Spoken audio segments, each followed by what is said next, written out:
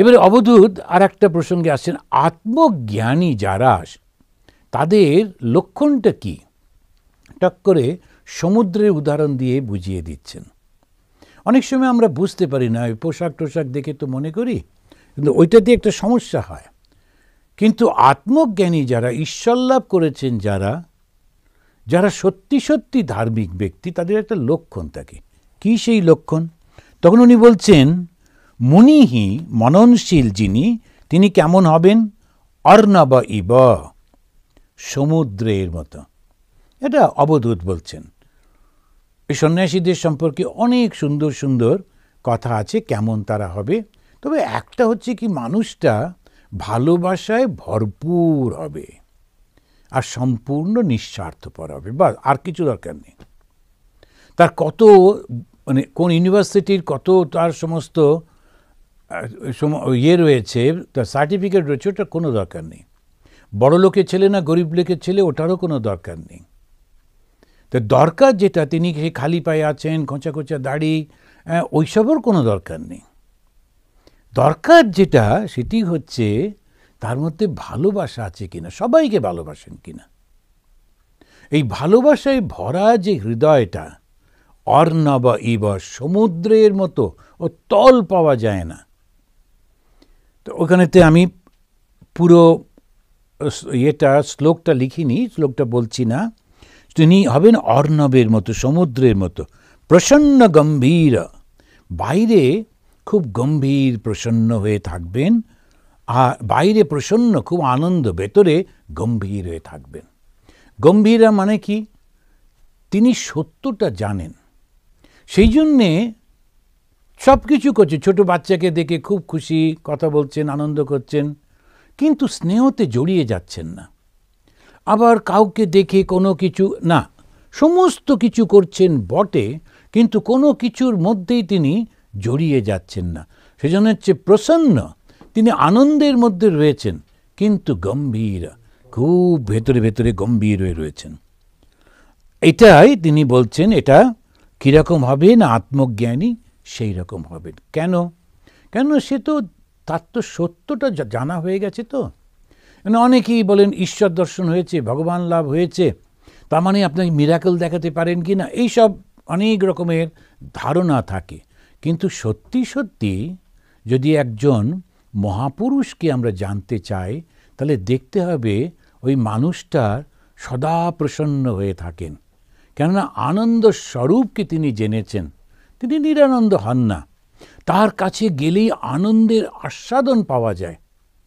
তিনি সব সময় একেবারে, যার মনটা ভেঙে গেছে, সেও যদি তার কাছে যায়, তার কথা শুনে, তাকে দেখে, তাকে সেবা করে, তারও কিন্তু মনের মধ্যে উৎসাহ আসে, উদ্দীপনা আসে। তো স্বামীজি বলছেন না, বেদান্ত, বিবেকানন্দ বেদান্ত মানে আত্মবিশ্বাস। এটা কেমন করে আসবে? যার কাছে যাব তার যদি না থাকে। তো সেই জন্যই সমুদ্রের মতো হচ্ছেন। এবারে অবধূত তিনি অগ্নির কথা বলছেন। এই অগ্নি কি করে? এটা হচ্ছে রূপ। অগ্নিটা এত সুন্দর দেখতে লাগে, তাই পতঙ্গরা সব এসে এই অগ্নির মধ্যে ঝাঁপিয়ে ঝাঁপিয়ে পড়ে। তা মানুষও রূপেতে মুগ্ধ হয়ে যায়, গিয়ে কত কি যে করে ফেলে তার ঠিক নেই। যত নাটক, উপন্যাস, যত গল্প, ইতিহাসে যত বড় বড় যুদ্ধ, সব পেছনে হচ্ছে একটা মোহ। কি সেই মোহ? রূপের মোহ। এইটা আমরা কিছুতেই বুঝতে পারি না। এইখানেতে বলছেন ধার্মিক যে হবে, সে কিন্তু কখনো এইরকম রূপমুগ্ধ হবে না। রূপমুগ্ধ যখন হয়, গুণমুগ্ধ হতে হয়, রূপমুগ্ধ নয়। দেখতে খুব সুন্দর একেবারে একদম, কিন্তু কোনো গুণ নেই, যে ভয়ঙ্কর একেবারে নিষ্ঠুর প্রকৃতির কিংবা অহংকারী, তো লাভটা কি? মৃত্যুই হয়। এই রূপমুগ্ধ হলে মৃত্যু হয়।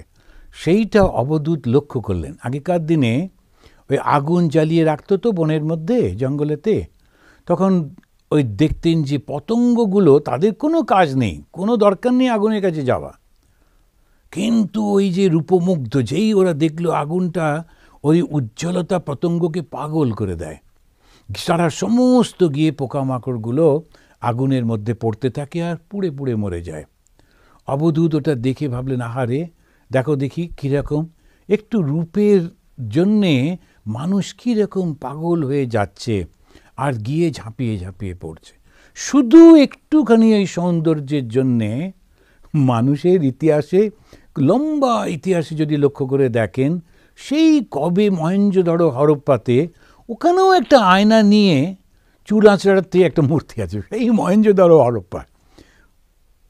এখন ভালো করে সুন্দর করে পরিষ্কার করে থাকবে না তা কিন্তু না, সবসময় সুন্দর করে থাকা উচিত, সব সময় পরিষ্কার পরিচ্ছন্ন করে থাকা উচিত, কিন্তু মুগ্ধতার মধ্যে যেতে নেই কখনো কোনো কিছুতে। ওই অগ্নির মধ্যে যে পোকামাকড়গুলো পড়ছে দেখে তখন অবধূত বললেন যে এরা একেবারে রূপভুক্ত হয়ে গিয়েছে।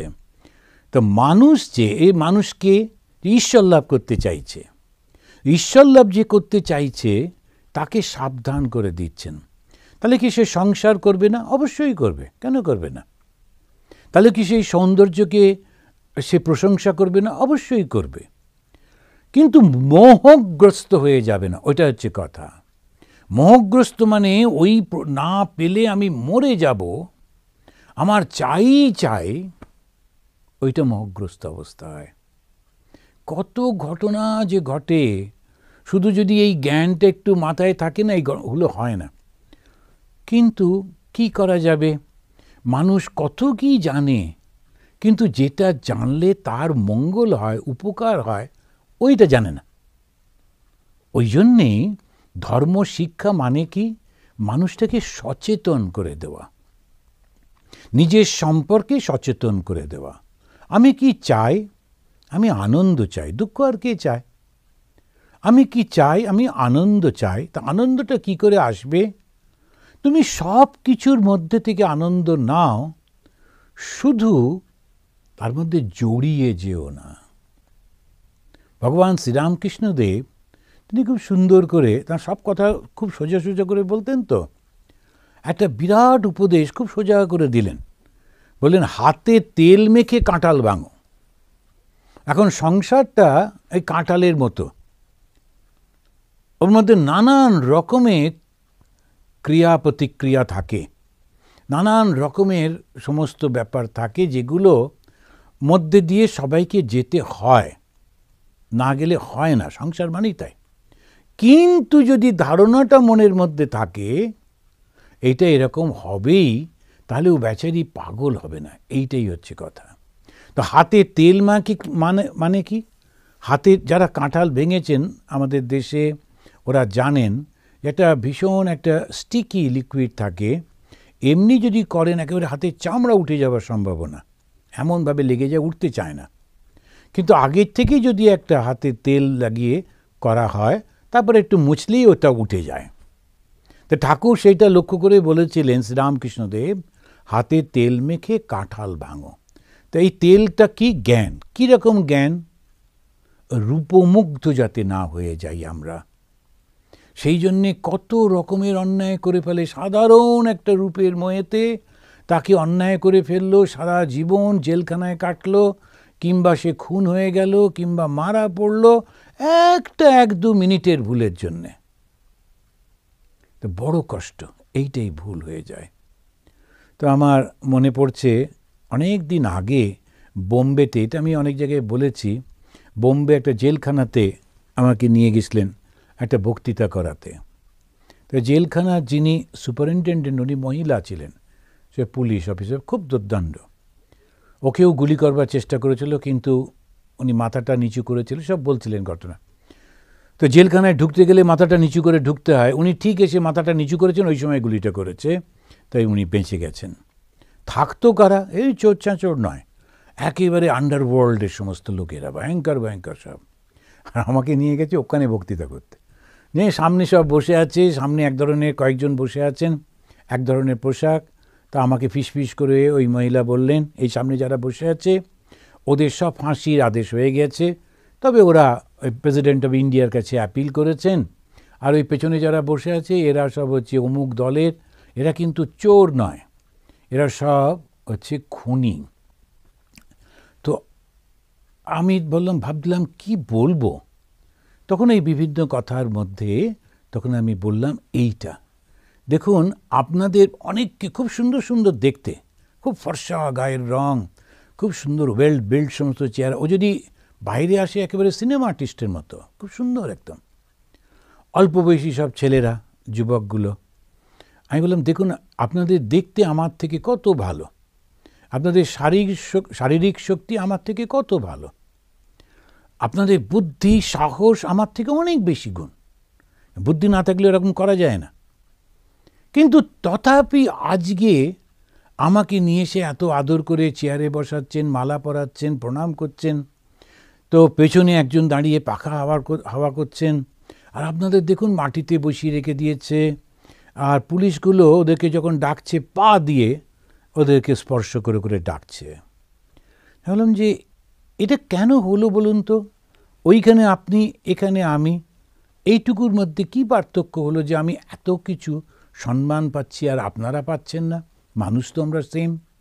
একটা জায়গায় আপনি একটু ভুল করে ফেলেছিলেন, জীবনের একটা মোড়ে এসে এমন একটা ভুল করে ফেললেন যাতে আপনার জীবনটা এই রকম হয়ে গেল, আপনাদের জীবন। আর ভগবানের কৃপায়, প্রভুর কৃপায় আমার সেটা হয়নি। এইটুকু শুধু পার্থক্য। তো আমরা কোথায় গিয়ে কি করি, সুখ আর দুঃখের মধ্যে কোথায় মোহগ্রস্ত হয়ে যাওয়া। কেন মোহগ্রস্ত হতে নেই, সব কিছুর মধ্যে আছি, কিন্তু অনেকে এসে উত্তেজিত করছে, কিছু বলছে, সঙ্গে সঙ্গে রিয়াক্ট করতে নেই, সবটা শুনে নিয়ে আচ্ছা দেখি কি ব্যাপার, দেখে নিচ্ছি, তারপরে বলবো খন। একটু পরে দেখে বিচার করে যখন করতে গেলেন দেখলেন ব্যাপারটা সম্পূর্ণ অন্য রকম। যে বলছিল সেও জানতো না পুরো ঘটনা, আর আপনাকে বলার সঙ্গে সঙ্গে আপনি ফ্লেয়ার আপ হয়ে গেলেন, রেগে গেলেন, ভুল হয়ে গেল। তারপরে কান্নাকাটি করে লাভ নেই, তারপরে আর বলে লাভ নেই যে আমার ভুল হয়ে গেছে। তো এই যে ধর্মটা আমরা শিক্ষা গ্রহণ করছি, এই ধর্ম থেকে নিজের জীবনটা গড়ে তুলতে হবে। কার জীবন? আমার নিজের। কি চাই আমি? সুখ চাই, আনন্দ চাই, শান্তি চাই, সমৃদ্ধি চাই। তো কেমন করে? তখনও বলছেন যে অগ্নির মধ্যে পতিত ওই যে পোকামাকড়গুলো, ওদের দেখে শেখো যে কোনো কিছুতে ওইভাবে আকৃষ্ট হয়ে যেও না, কোনো কিছু দেখলেই ওইভাবে লাফিয়ে ঝাঁপিয়ে যাবার দরকার নেই, নিজেকে সংযত করা। তাহলে আমরা কি শিখছি অবধূতের কাছ থেকে? সংযম, নিজের সংযমটাকে ধরে রাখতে হয়। সেই জন্যে এই সংযত যারা থাকে তাদের জীবন অত্যন্ত সুন্দর হয়।